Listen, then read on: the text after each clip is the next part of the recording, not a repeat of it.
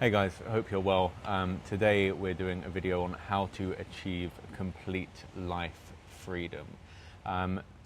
This is going to be a kind of documentation of a lot of the mistakes that I've made, lessons that I learned, and things that I would do differently, things that worked out very well for me in building a life of location freedom, financial freedom, time freedom, commitment freedom, and kind of all of the mistakes that I've made along the way. But I have finally achieved a very good level in all three of those areas of my life after quite a lot of work. I'm sure in a year's time I'll be recording another video on this with a load of other improvements and learning.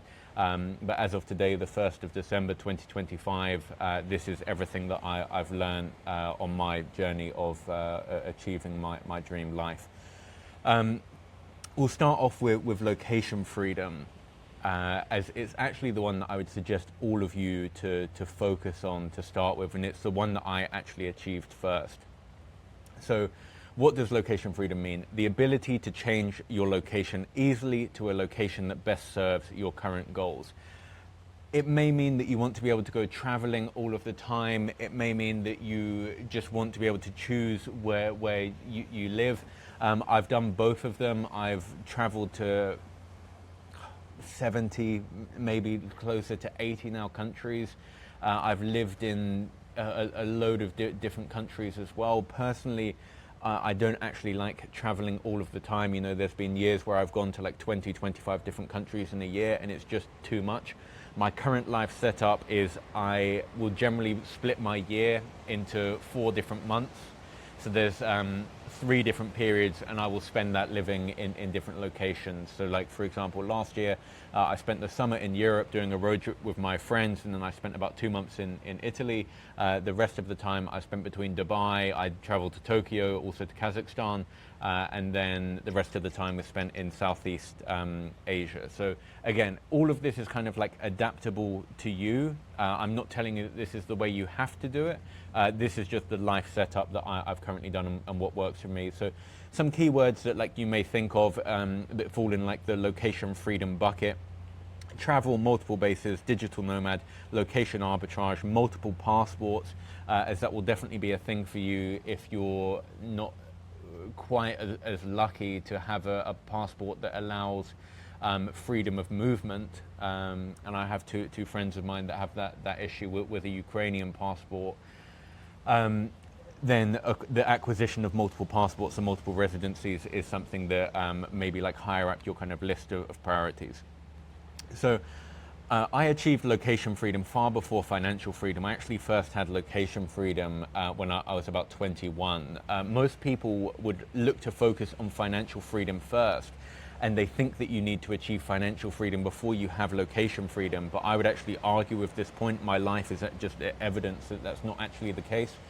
And what I would suggest you to do is use location arbitrage to help you achieve financial freedom, which is exactly what I did.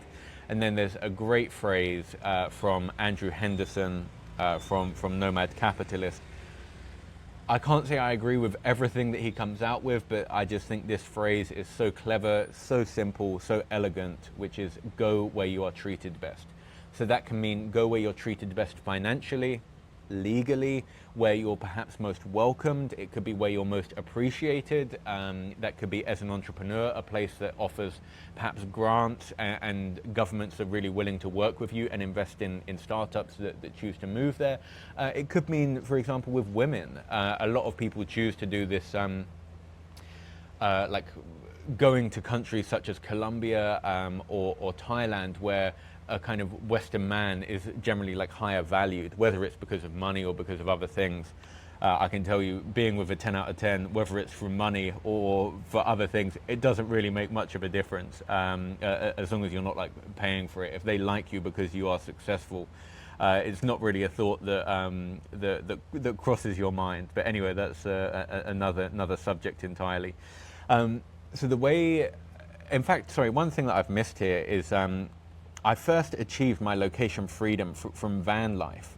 So I can't remember if I've said about this before, but my original goal was when I was stuck in recruitment was to go traveling, and I decided to build this camper van. I'll see if I can find some photos of it. The project took me about a year. I would work on it on my on the weekends basically, and I didn't have much money, but I did multiple road trips around Europe in this, also a big road trip around the UK, and that was, in all honesty, a really happy stage of my life, but I didn't have financial freedom. So the whole time that I was driving around Europe, I was often thinking about money, about business, about how to achieve financial freedom, which didn't really allow me to, at least at the time, to kind of appreciate and enjoy the level of freedom that I have. But the reason that I mention that is because, again, location, I was able to travel, to live to like drive wherever I wanted to, at least at that point, and I wasn't tied down to one particular location. And after that, I then continued to go traveling for about 2 years and ended up moving to Georgia. Again, let me just re-clarify, this isn't me saying that you need to move to Georgia. This is just me talking about what worked for me, and bearing in mind when I did this, it was about 7 years ago, and Georgia has really changed quite a lot over those years, both in positive and in negative ways. So the reason that I moved to Georgia is because one of my developers was Georgian, and I was building a software company at the time. So originally I went out there to go and work with him for like 4 weeks. 4 weeks ended up turning into 4 years for a number of different factors.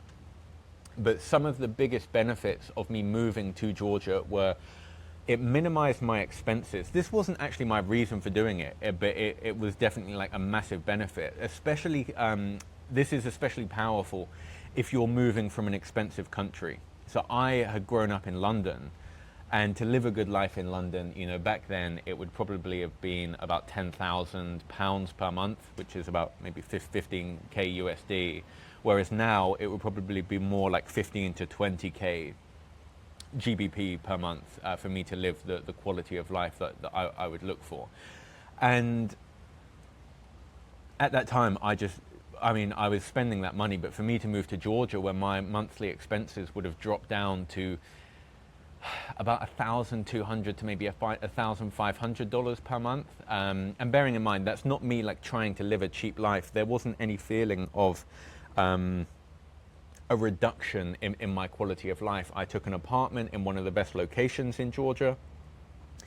I would eat out all the time, and then I actually had like meal prep. I had a meal prep service where they would deliver all of my meals to me. I actually ended up investing in that business, and a number of years later, I was a member of the best gym. I was taking taxis everywhere, but basically Georgia was just so cheap at the time that my expenses were really low whilst maintaining a really nice quality of life, working out of a co-working space.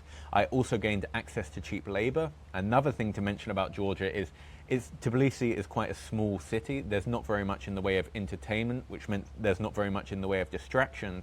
So it was actually a really good place to work from because there was kind of nothing to do except for work. 0% tax on foreign income. It allowed a lot more breathing space because I just reduced my expenses. Even if I went there with like $10,000, I would have been, even if I didn't earn another dollar, I would have been able to live there for about 8 months or so without needing to earn any more money. So you just kind of allowed yourself a lot more breathing space, and again, no feeling of like lowering or sacrifice in terms of my quality of life. And just if we think about like getting rich as well, the process of getting rich, literally on its most basic level, is you need to earn more money than you spend every month, right? It sounds very, very obvious to say. So one of the best ways to do that is if you can reduce the amount of money that you need to earn every month in order to be profitable, in order to have a surplus of money. One of the best ways to do that is by changing locations. And then by changing locations, you now have a surplus of money that you can invest into your business, which is exactly what I did. We hired more developers. With the extra money I had available, you could make investments. Ideally smart investments, not into meme coins, but into like building up,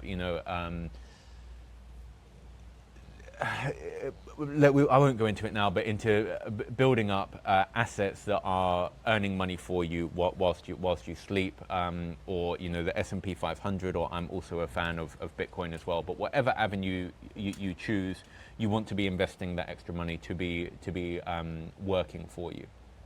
So, as I mentioned, like Georgia has also changed quite a lot since I lived there, and it wouldn't be my number one choice. Last year I visited Kazakhstan, which I felt offered a lot of the similar benefits that Georgia has that I've just mentioned.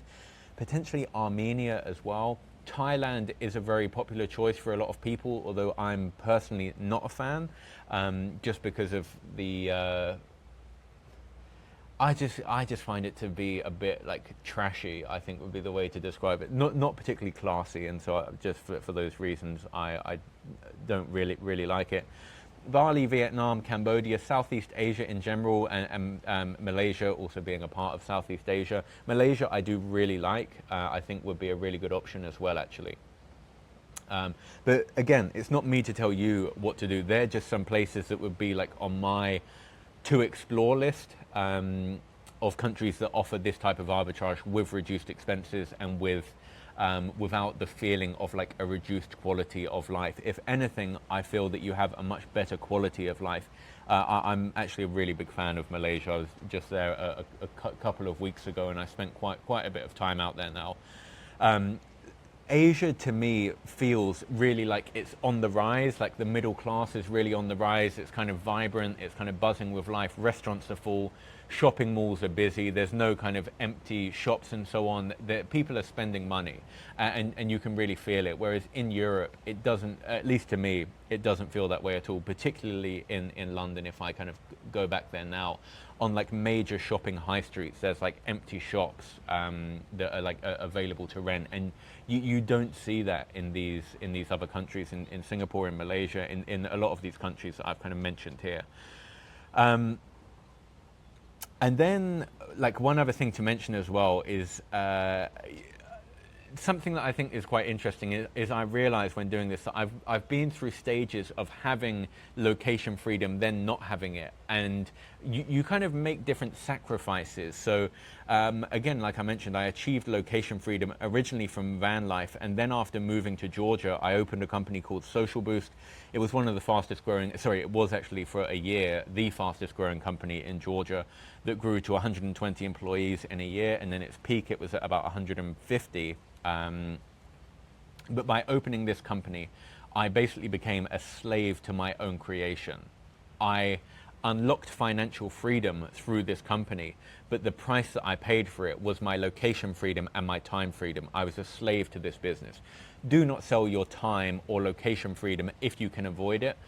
If you kind of are in a position where like you need to have a job for survival, okay, just understand you're kind of in a losing trade, at least from my side. And look, I've been there before as well. I've had multiple, not even 9-to-5 jobs. I worked in a factory sweeping the floor, and I was trying to learn carpentry to be an apprentice. This was back when I was 18, and then I went into recruitment and I did that for 3 years. So I have traded my time for money before, but what you want to do, and what I did, was I worked in recruitment from 8:30 a.m. till about 6 p.m. was our finishing time. And then from 6 p.m. till 2 in the morning, I mentioned I had this camper van. I would sleep in the office, in the car park of the office. So I would stay in the office from 6 p.m. till about 2 or 3 a.m. in the morning, because I was selling to USA-based clients. So I would work US hours, sleep in the van, shower in the gym. There was a Nuffield Health in Leatherhead. It's a UK-based gym franchise that I would shower at, sleep in the camper van, wake up the next morning and do the same thing. And I just built my way out of this 9-to-5. I didn't leave my 9-to-5 job in order to build this company. I just did them both at the same time. There was a lot of sacrifice. I was working all hours of the day, but it did work. Then as well, as you kind of get more advanced into it, like now I'm kind of very wary of like opening businesses or making commitments that are going to tie me down to one location or cause a lot of friction in terms of moving location. Like for example, a relationship that I had before was with a girl who just wasn't really willing to move outside of Georgia. I also bought property in Georgia, which I actually did quite well on financially, but I invested a lot of time into doing up this property into the style that I wanted it to be in. And it took a number of years. I never actually finished it. I ended up selling the property. But the amount of effort that I put into this property, and then I actually realized when it was close to like a finishing point, I actually realized actually I don't want to be in Georgia anymore. It was a real kind of time sink. So now I'm really careful, and I don't own any property, by the way. Every villa that you see me in is rented, and I really enjoy the freedom that renting provides you without the commitment. My only responsibility of being here, of renting this villa, is to enjoy this property. I pay one fee.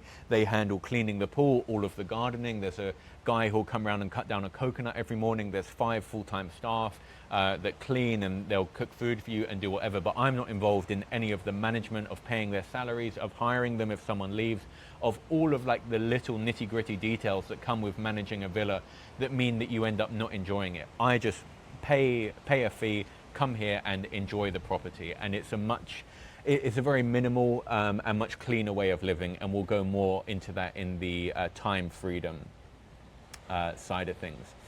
The other thing to mention is it's never been easier to have location freedom, and I think people just don't really appreciate this. It's a lot easier than you think. When I first had location freedom in van life, I didn't have a lot of money, and even when I moved to Georgia, like relatively, I mean, I was okay, but I didn't have financial freedom. I wouldn't consider myself to have been rich. I had less than 100K, definitely, when I first moved there. And then but by moving to Georgia, it made it far easier to actually build my wealth being out there. And again, I was investing into my software business as well. So it's never been easier to have location freedom. Many people are looking for too much stability and for the stars to align before changing location. And you can just do it, right? With a lot of decisions, the thought process that I like to go through is how easy is it for me to reverse this decision? If I'm wrong, how committed am I to this decision? How much is it going to cost me to go back? And with this, it's going to cost you a flight back home. It's going to be $500 or $300. The worst case scenario is that you go somewhere, you decide that you don't like it, this isn't for me, and you can catch a flight back home and continue with your old life. But at least you've had like the new experience. At least you actually tried to do it. So don't feel that everything needs to be perfect. Like with all of these things that I talk about in my life, with changing countries, with van life, with all this like other stuff, I was worried, like financially, I was worried about all this other stuff, but I kind of just jumped in the deep end. With Georgia, exactly the same thing. I kind of had no idea what I was doing, but just you decide to take a flight there and you figure everything out whilst you're there, and everything works out okay in the end. So I'd really encourage like all of you to do that. Be more willing to take risks, not the point of like stupid risks that like can completely backfire. But in reality, if you actually analyze the amount of risks that you're going to be taking with like choosing to move countries, the upside that I've mentioned with all the benefits that I've mentioned of massively reducing expenses, a lot more freedom, a lot less stress, there's huge upside and really quite minimal downside. It may be scary like the first time that you do it, but really it's not a big risk to be taking, and it has tremendous upside. And that's also something else to mention, by the way, with like, you know, I left the UK when I was 21, so 9 years ago now. And I mean, looking at what's going on there, it's not very appealing to go back. But in actual fact, I am quite like patriotic. And I do like the feeling that, you know, in 10 years' time, I could always choose to go back there if ever I wanted to. If you're leaving your country, it's not like you're cutting ties with it altogether. You still have a passport, right? You're not fleeing the country and kind of on the run. At any point that you choose to, you know, if the legal situation changes or there's some things that happen that you like, you know, a new government, whatever the case may be, you can always kind of choose to go back there. So it's a very easy decision to reverse. Next, let's go on to financial freedom. So just again, these are kind of like definitions that I've kind of come up with, but feel free to adjust them for you. But it's just to give you like context of what I'm talking about. So first off, to be financially free on the most basic level, You need to earn more money than you spend every single month, ideally passively, in order to achieve the time freedom. But there was a concept that was explained to me by a friend of mine called the rat race, which basically meant until you're at a period where you are earning more money passively than you spend every single month, you are in the rat race, the same as everyone else. So you want to kind of get out of there as quickly as possible. And then the next thing is, I think ideally you want about $1 million in liquid assets. And so what I mean by liquid is where you would be able to, if needed, to turn that asset into cash within 24 hours or less. So property wouldn't fall under that, but things like Bitcoin, stocks potentially, depending on your broker, if you could transfer that money out very quickly. But you want liquid assets, things that are like easily accessible to turn into cash. Of about, I think on the lower end of about $1 million is like a nice number to be at to really feel quite comfortable. Other things that like kind of terminologies that I would think about in this department: investing, index funds, FIRE, which means financial independence, retire early, minimizing expenses, retirement, revenue per employee is one that I really like to look at as well. So optimizing revenue per employee for keeping a very small, very lean business that has insane amounts of revenue per employee is something that I think of as being quite interesting at the moment. For financial freedom, most people are purely focused on financial freedom and they're stuck here. Most people never actually achieve financial freedom. For more specifics around like my thoughts on kind of earning money, which of course is like a very important part of financial freedom, you can look at a lot of the other videos that have been spoken about on this channel. Some really interesting like cash flow businesses at the moment. Automation agencies, particularly with AI, I've been recording videos on this for about the past 6 or 7 years before like NAN and things became like very, very popular. A lot of those videos are like just as relevant as they are today. But there's also a ton of content on like N8N and things like that. But again, I said about these opportunities years ago to people of how good they are, and the other one, of course, that I spoke about a lot as well as a cash flow business is OnlyFans, if that's your thing. So yeah, go and watch some of the other videos on that. But I think that those two businesses are still really, really good cash flow opportunities for bringing in 10, 50, 100K per month. A few kind of like lessons and just kind of things that I'll share is like making your first million, to be honest, is kind of anticlimactic. I spent years working on achieving it and getting there, and when it actually happened, the funny thing is like you kind of know that it's going to happen. Once you're past maybe like 800K per month, or you've got like a cash flow business doing like 100K per month, it's just a matter of time until you get there. And it's not like you're kind of like counting down the amount of like in a bank account it goes from like 999K up to $1 million.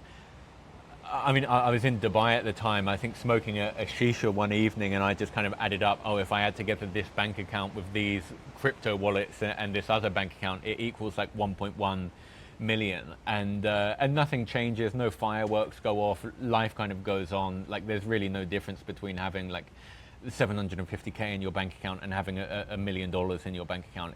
It's an arbitrary number. So yeah, making your first million is anticlimactic, but the freedom that it buys you isn't. So just on that note as well, the question that people always like to ask is, does money bring happiness? Money buys you a better quality of life, a far, far better quality of life. Happiness, I think, is something else. We'll go on to that in a second. So you may have some internal issues, traumas that stop you from being happy or feeling fulfilled. But at least if you have that, now you can afford a good therapist. I personally, again, this is my own experience, I don't think you will find happiness in the material or physical world. And money is a man-made idea, right? You will find moments of dopamine and endorphins, whether it's buying a new car or acquiring something new, or like going out and making memories. But these things are kind of temporary. They're ephemeral. And I don't believe, it's not true fulfillment, and I don't believe that you can actually find that from external stimulation. If you're looking for something external, something outside of yourself to make you, I don't think that it will truly make you happy. I think happiness needs to come internally. I've actually come to the conclusion, I think I mentioned it before, that happiness is actually a skill. It's something to be practiced rather than a state or something that can be acquired.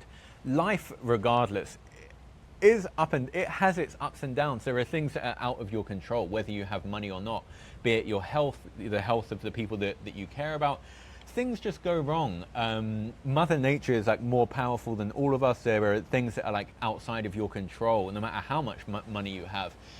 And it took me some time to realize this, by the way. I, for whatever reason, was under the illusion that by having money, you would have control over all of these like minor like negative things in your life. But that's really not the case.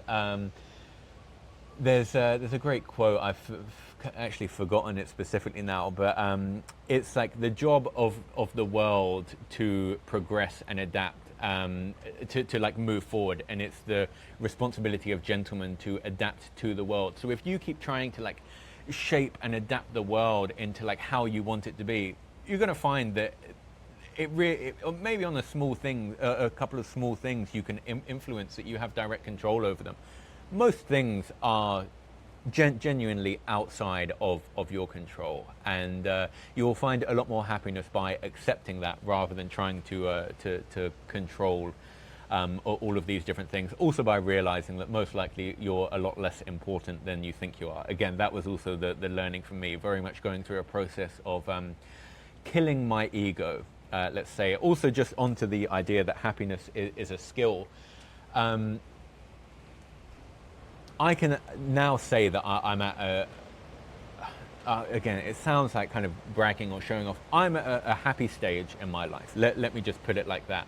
But one of the happiest times in my life was actually when I was 18, and I was very obsessed with the law of attraction, with positive thinking, and with like removing any negativity. So if someone would even like moan about the weather, I would just kind of like block out what they're saying, or like tell them to like to not be negative around me. And I was really, it was almost like a muscle of like building this muscle of like controlling your space around you, controlling your thoughts. And I had really like great awareness of all of my thoughts, and just controlling things around me, and controlling people being like negative around me. And that was a really great stage in my life. I didn't have money. Well, I have very, very minimal money, but I was really, really happy. And again, that is really what makes me think that happiness is a skill. By controlling your emotional state, that is what needs to be worked on in order to achieve a true sense of inner happiness. Next, we'll just go over some traps in financial freedom, because there are quite a lot of them that we're taught as these things are kind of like normal or good things to do, and they're not. Selling your time or location freedom, or even worse, both, in order to achieve financial freedom, in my opinion, is a very bad trade-off. I've made this mistake before. I mentioned with Social Boost, the company in Georgia, I ended up being a slave to my own creation. And many of you who have started businesses will have experienced this exact same thing. You know, people who haven't run a business before think that when you start a business, you instantly get all your own your freedom. You get to choose your own working hours. You're your own boss. Yeah, on some degree that is true. What you will realize is if you're the only employee there, your responsibility is to handle everything. You don't get to choose your own hours. If you want to have any form of success, you're going to be working all hours, and you're going to be working all hours for a pretty substantial amount of time as you kind of learn and actually build up the systems and processes, and hopefully hire some employees to be able to handle responsibilities too. But the same thing applies even in larger companies, in fast-growing companies. You know, I've never been the CEO of like an established business of like 5 or 10 years, but I've been the CEO of like my fast-growing startups that grew to 150 employees within 18 months.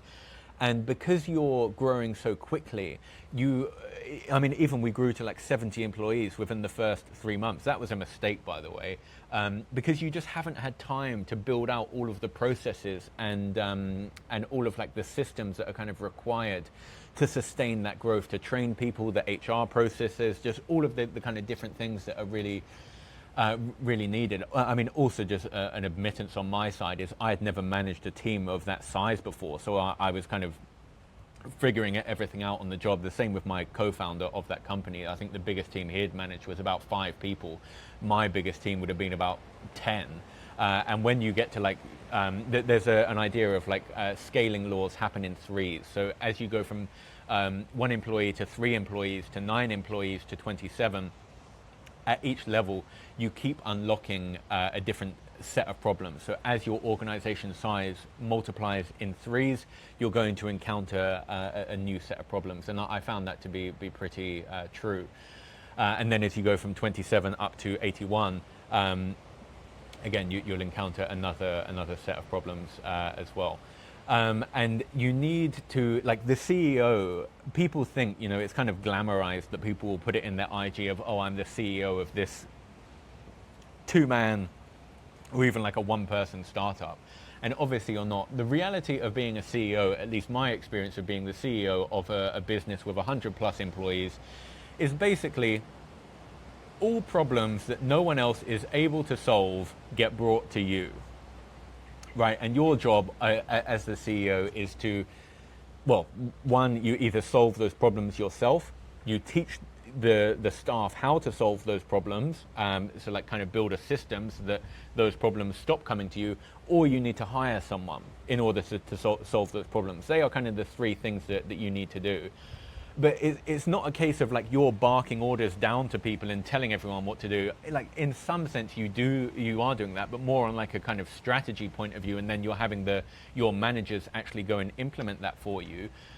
But in reality, you're just having problems brought, all the issues are being brought up to you. All problems are being brought up to you. So it's still a pretty stressful position, and kind of the complete opposite of what I think most people would assume it to be.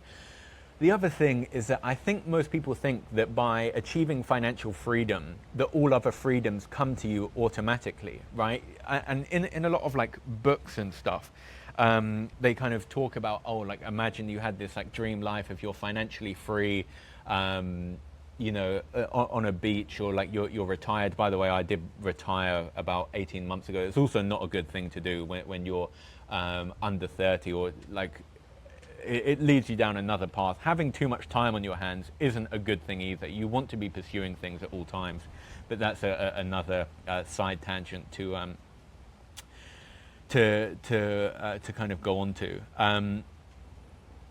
But yeah, the assumption is that by achieving financial freedom, that you automatically get location freedom and you automatically get time freedom. And the truth is, most people who have financial freedom do not have the other 2 freedoms.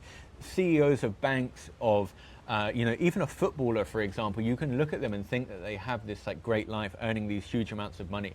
They are still tied down to one location. They do not have time freedom to be able to do whatever they want, and they do not have location freedom. In essence, you are still a slave on 2 metrics, at least according to my philosophy and my kind of take on things.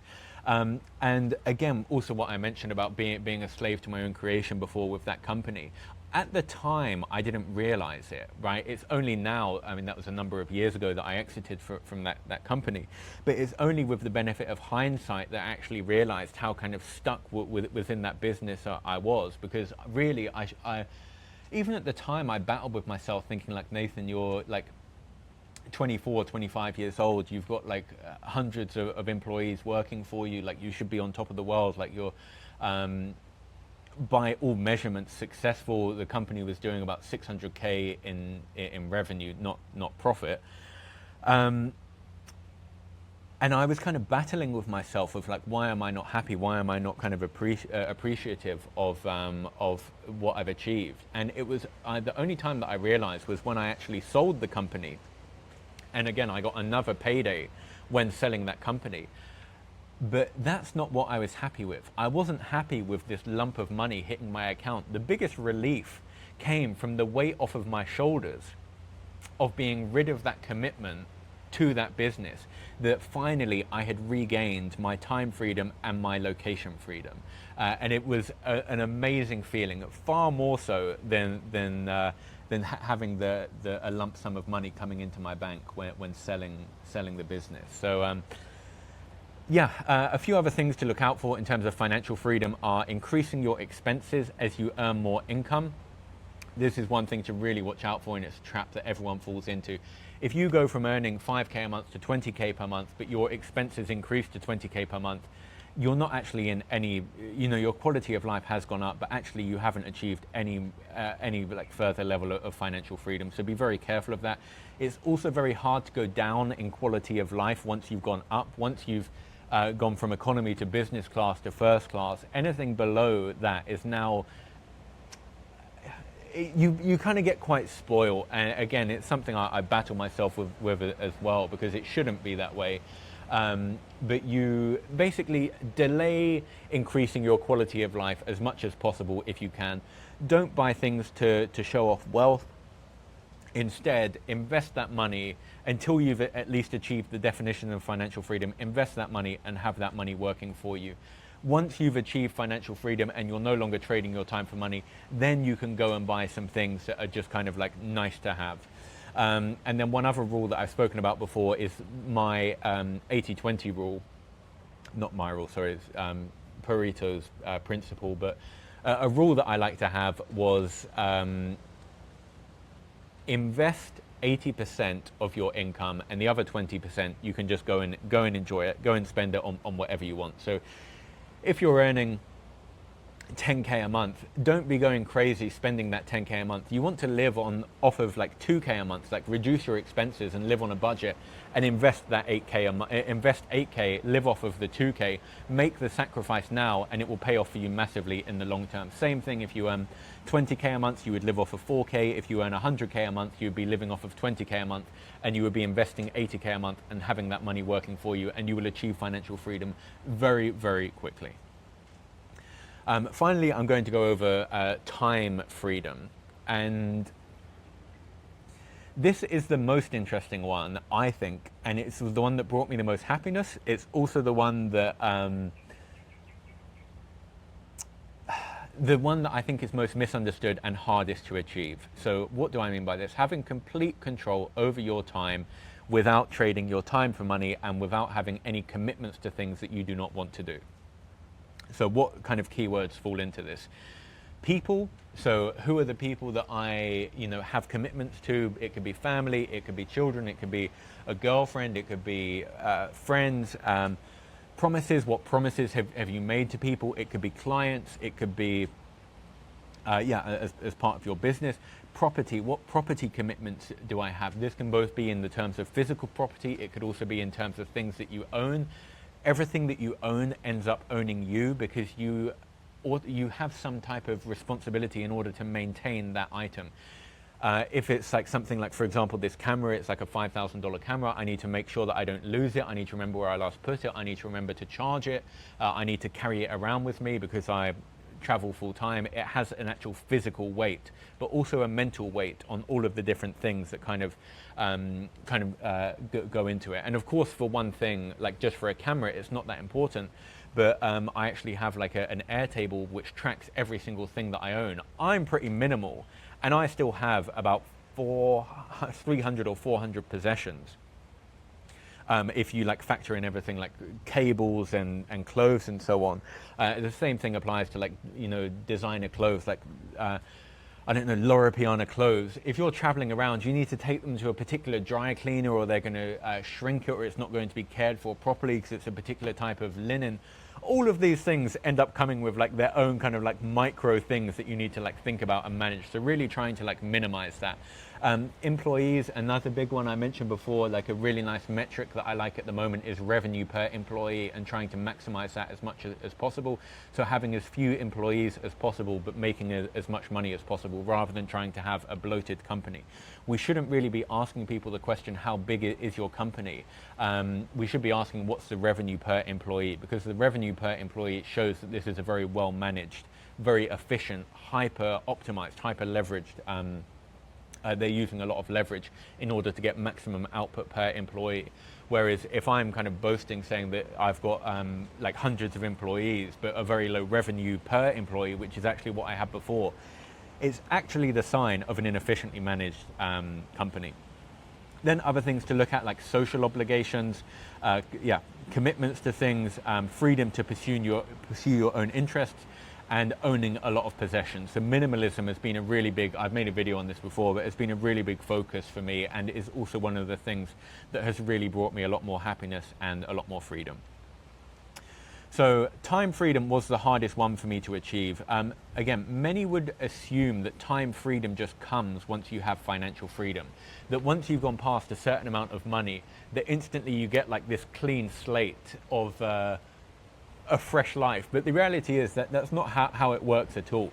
Over the years of you building financial freedom and just living, you've built up a lot of commitments to people, employees, you have possessions, responsibilities.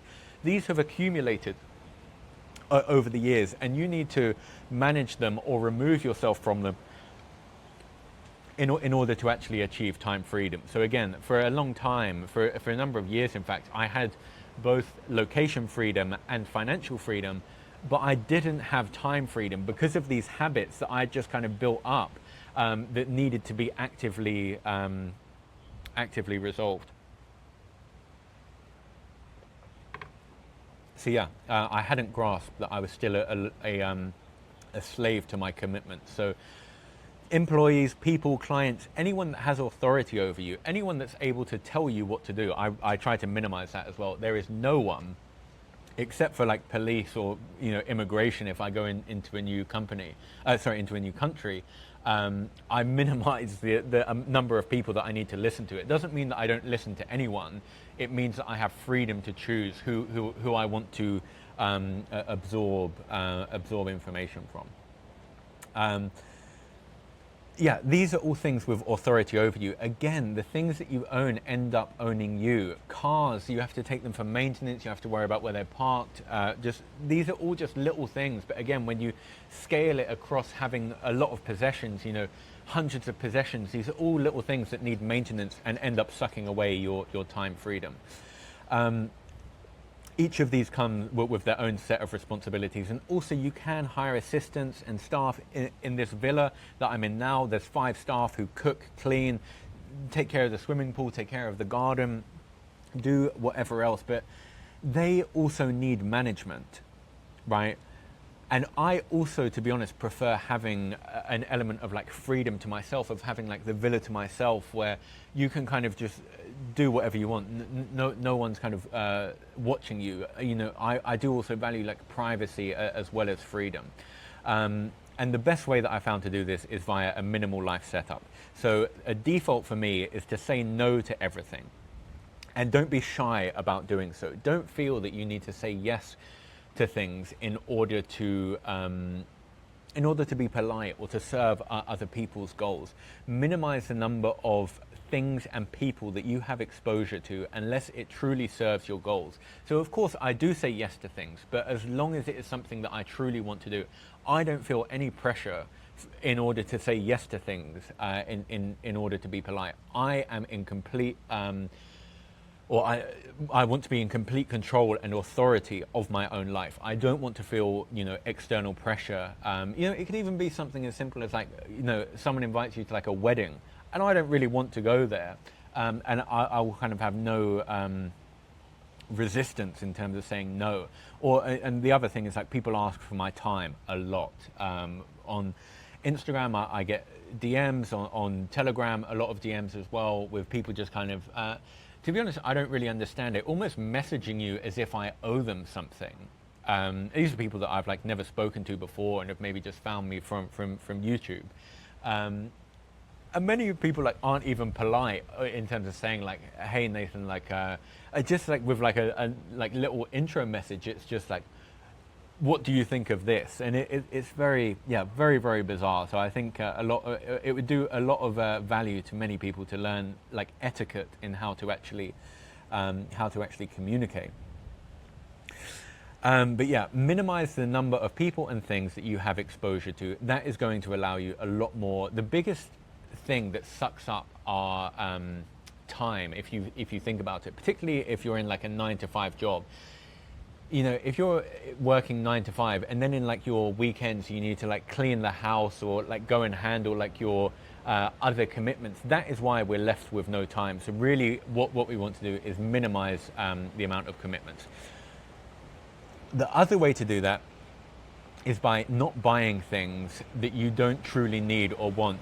Free yourself from desire. And you know, again, I've made this mistake like a number of times of like buying unnecessary things, but at least for the past year, I've really been quite good. So if you do choose to buy things, I kind of what I would describe as something like luxury minimalism. So I try to own as few things as possible, but if I do choose to own something and I'm going to choose to allow that into my life, I'm going to have exposure to that thing, I want it to be the highest quality or highest possible, the highest version of that thing. So again, with a laptop, it can be with clothing, it can be with, if I was to own a car or own a property, I want it to be the highest quality version of that thing to make it worthwhile for me to own it. And yeah, and just by saying no to things by default, it does give you a completely different life experience. It was one of the biggest kind of changes in my life. Again, it may seem selfish, but that is, again, this is like what you kind of need to do in order to have control over your life. With a lot of things, with financial freedom, you are going to need to make sacrifices in order to achieve financial freedom. And if in order to achieve time freedom, the way that you do that is by saying no to commitments that don't truly serve your purpose and your goals, that is the price that you need to pay, and it's a price that I'm willing to pay 100 times over. Time freedom brought me the most happiness out of everything, but you need to achieve financial freedom in order to actually have time freedom and like location freedom. I guess you don't really need, but it does bring me a lot of happiness as well. And just having location arbitrage, of being able to use different locations to their strengths, I've spoken about this a lot before, is one of the biggest life hacks that you can possibly find. I guess to kind of close up this this conversation, I'll talk a little bit about my kind of current life setup. I'm in, I would say, probably the most fulfilled stage of my life that I've ever been in. Like I turned 30 three months ago in August, and 4 months ago, sorry, in August. And yeah, I look, I again, it's not to like show off, or it's just to kind of say like this is like the way that I currently live my life. So I wake up, and either if I pursue my passions is what I really enjoy doing. So I'm building a lot at the moment. I think, as most of you know by now, I really love to build things. So a lot of vibe coding, building little small side projects that are just things that I find interesting, solving my own problems. They can be mobile apps, they can be little scripts, they can be agents, just little tools and things that I find interesting. And I will work on these things with no goal of selling these, of turning these into a business, of nothing. It's purely for the satisfaction of creation, the process of creation, and the enjoyment of using these things and trying to solve my own problem. If my passion stays there, I can continue working on these things for months. For example, like the Reddit trend finder, and I'm also working on something at the moment of doing mass social media scraping, and I really mean mass. We're talking, well, I won't even say, but insane amounts of data. Like an entire platform's user base, and then looking for trends within the content being published there. These are just things that I find interesting, and I'm not approaching them from a position of like monetization or I need to make money. It's just that I think it's an interesting project, something fun to build. And if my passion stays there, I continue to work on it. If it fizzles out, I don't feel any pressure that I need to keep investing my time into that project. I'll just kind of just work on something else. And given the current state of like AI, we're in such a lucky period of Gemini 3 released about 10 days ago. Then GPT 5.1 and GPT 5.1 Codex and Codex Max released the next day as like a counter from OpenAI. Then Opus 4.5, Claude Opus 4.5 released about 10 days later. It just gives me a load of like new tools to play with. So I'm like a kid in a candy shop, and like you'll also hear the phrase of like it's like a full-time job to keep up with all this like AI and like developments going on. I'm literally making it my full-time job to play around with all of these things, and really really enjoying doing so. So every morning I will either work on building something for about 4 hours, or I'll just go on a walk, listen to something cool with GPT, have a call with one of my AI agents that I spoke about in another video, exploring a topic or an idea. And then every day I'll go and play Padel with my friends. We go and play for an hour and a half every day. And then after that, we'll like sit down and talk about like ideas, be it investing, the current state of the world, life, you know, whatever. And to do that every day has really been quite good as well. I've never actually, was always very isolated before. Whereas now I am seeing like a lot of value in spending time with friends. So every single day I'm doing that as well. And then in the afternoons, I'll often like go for a walk as well. Try to listen to an audiobook or read something or watch a podcast. You know, I really like absorbing information and find that it's very good for kind of inspiring creativity and just applying like other people's thought processes into my own life and trying to find value there. And yeah, then in the evening, just kind of like go out for dinner again. Often like go out with friends. I am actually spending a lot more time with friends now, more than I ever did before. Because I would definitely very much consider myself an introvert, but maybe as I'm getting older now, it's become. Also, the other thing that I will say with success is you do find much more interesting friends, which is another great thing about it sounds quite weird to say, but yeah, about having money. You generally hang out with people who are like also successful, just because they have similar interests to you. It's not like you have like a filter of like I only hang out with people with money, but generally you end up building relationships with people at a similar level to yourself because they have similar interests. So yeah, you have a lot more interesting conversations than you would do compared to just like your average everyday Joe. So yeah, maybe that's why I enjoy it a lot more, because now I hang out with a lot higher level people than I would have done at any other period in my life.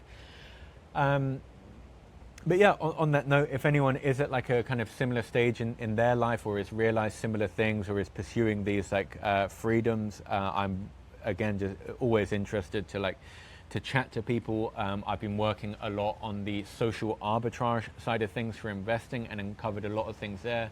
So if anyone's working on any like similar projects as well, I'd be happy to talk about that as well. And yeah, also let me know in the comments like any other like videos or particular subjects that you would like to see me like talk about. Also, if you have a load of questions as well, I could do like a Q&A thing of answering, you know, 20 or 30 different like comments and questions that I get from people. But yeah, other than that, I hope that this was helpful and insightful. All of this information, again, it's what I've learned through many mistakes, many lessons learned the hard way, we can say. But at the end of the day, it's truly served me very well. And yeah, compared to the life that I was living 8 years ago, it honestly seems like a completely different universe. So yeah, I hope that this information serves you as well as it has done for me.